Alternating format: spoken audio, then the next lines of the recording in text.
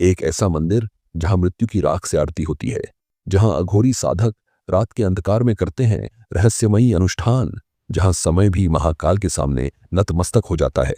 ये उज्जैन है, कालों की नगरी, जहां हर गली, हर पत्थर एक ऐसा रहस्य छुपाए बैठा है जिसे आज तक विज्ञान भी पूरी तरह समझ नहीं पाया। क्या सच में महाकाल जागते हैं रात को? क्या आज भी गुप्त तांत्रिक साधनाएं होती हैं? और क्या इस मंदिर के नीचे छिपे हैं ऐसे रहस्य जो हमारी सोच से परे हैं? आइए खोलते हैं एक एक करके उज्जैन महाकाल के वो रहस्य जिन्हें सदियों से केवल चुने हुए लोग ही जानते हैं। भारत में 12 ज्योतिर्लिंग हैं, लेकिन उज्जैन का महाकालेश्वर इनमें सबसे अलग है, सबसे अनोखा और सबसे रहस्यमय। क्या आपने कभी सोचा है कि महाकालेश्वर ही एकमात्र दक्षिणमुखी ज्योतिर्लिंग क्यों है? जब सारे शिवलिंग पूर्व या उत्तर की ओर होते हैं, तो महाकाल का चेहरा दक्षिण की ओर क्यों? दक्षिण दिशा यम की दिशा मानी जाती है मृत्यु की, और शिव मृत्यु के भी देवता हैं, कालों के काल महाकाल। इसलिए महाकाल का चेहरा मृत्यु की दिशा की ओर है। वे केवल जीवन नहीं, मृत्यु तक का नियंत्रण रखते हैं। पुराणों में कहा गया है, जब यमराज से डर लगे तो महाकाल की शरण में जाया जाता है। यही कारण है कि मृत्यु से पहले और मृत्यु के बाद भी महाकाल की आराधना की जाती है। ये शिव का वो रूप है जो समय को निगल जाता है, जिसके आगे भविष्य भी मौन है और काल भी नतमस्तक।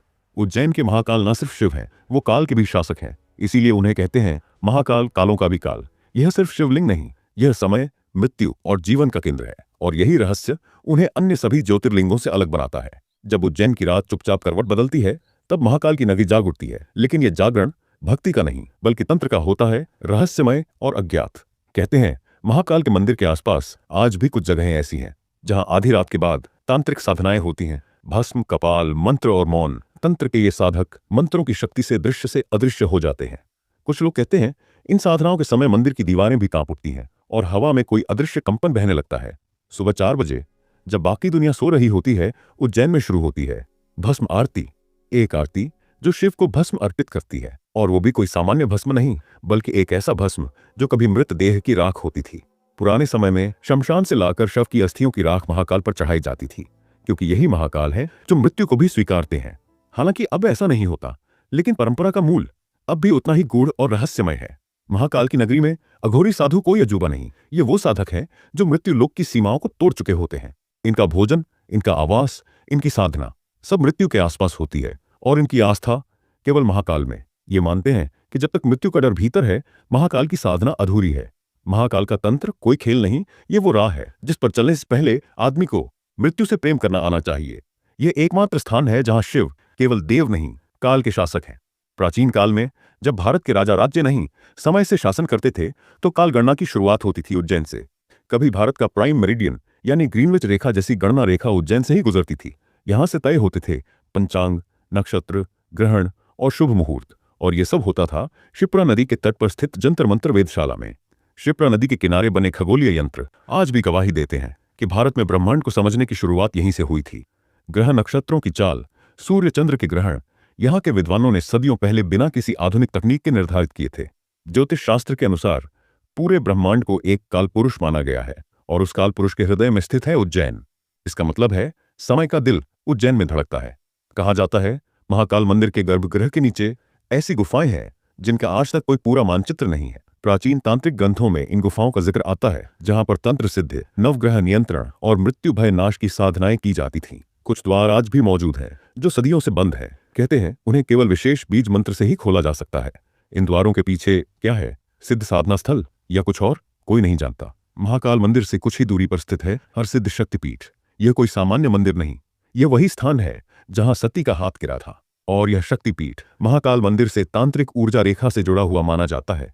यहाँ की 108 दीप मालिका को सिर्फ दिया नहीं, बल्कि तांत्रिक मंडल माना जाता है, जहां ब्रह्मांड की ऊर्जाएं आकर्षित की जाती हैं। पुराने साधक मानते थे अगर कोई हरसिद्ध शक्तिपीठ में शुद्ध साधना कर सके तो वो सीधे महाकाल के काल द्वार में प्रवेश कर सकता है, यानी समय, शक्ति और मृत्यु तीनों पर नियंत्रण।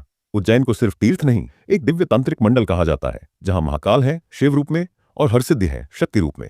यहाँ तंत्र के 4 द्वार माने जाते हैं। उत्तर में भैरव, दक्षिण में कपालेश्वर, पूर्व में हरसिद्धि और केंद्र में स्वयं महाकाल। ये कोई कल्पना नहीं, बल्कि एक ऊर्जा तंत्र है जो हर साधक को काल के पार ले जा सकता है, अगर वो सच में तैयार हो।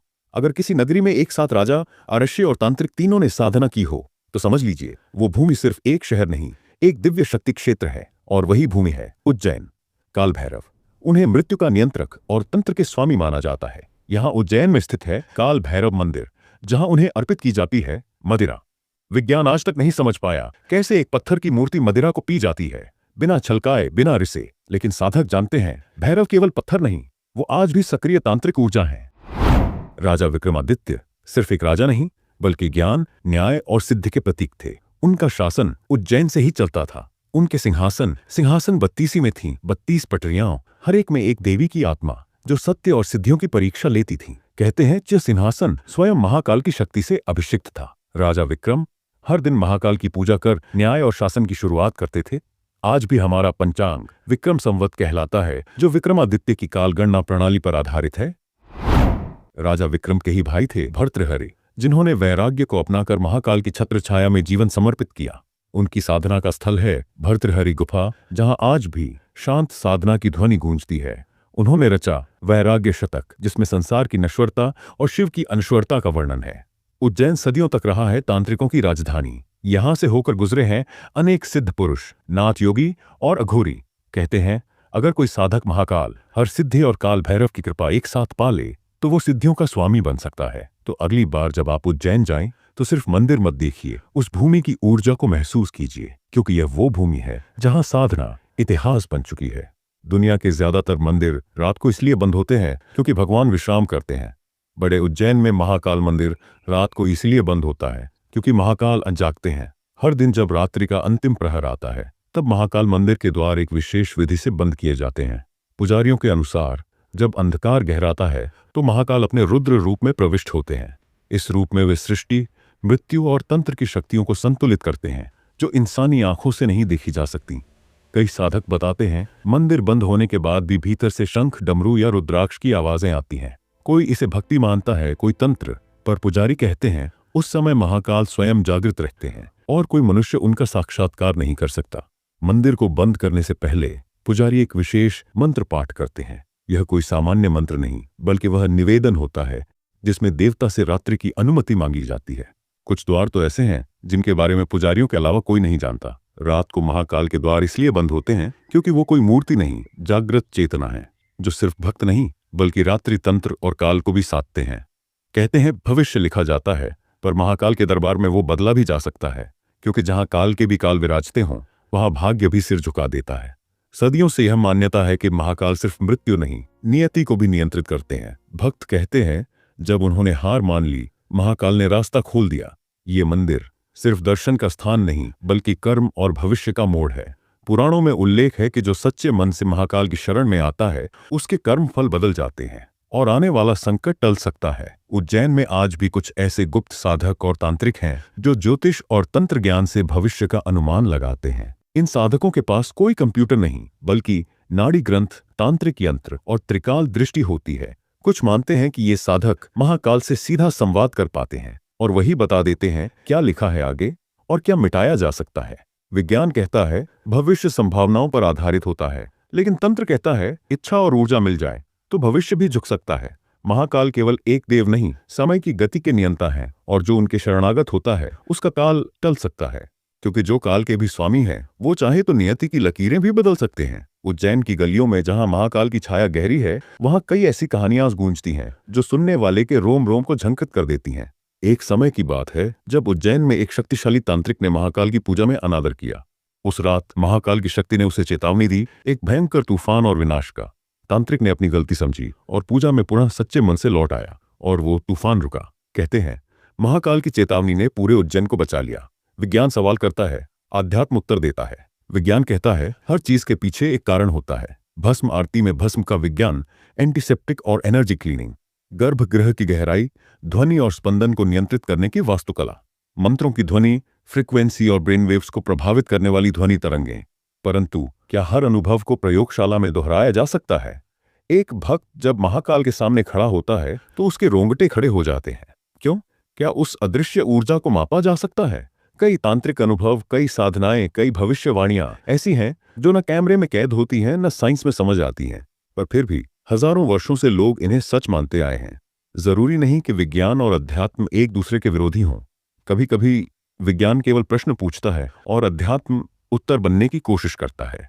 महाकाल का रहस्य शायद न तो पूरी तरह विज्ञान समझ सकेगा और न ही कोई तर्क, क्योंकि कुछ अनुभव केवल महसूस किए जा सकते हैं, और जहां तर्क रुक जाए वहीं से महाकाल की महिमा शुरू होती है।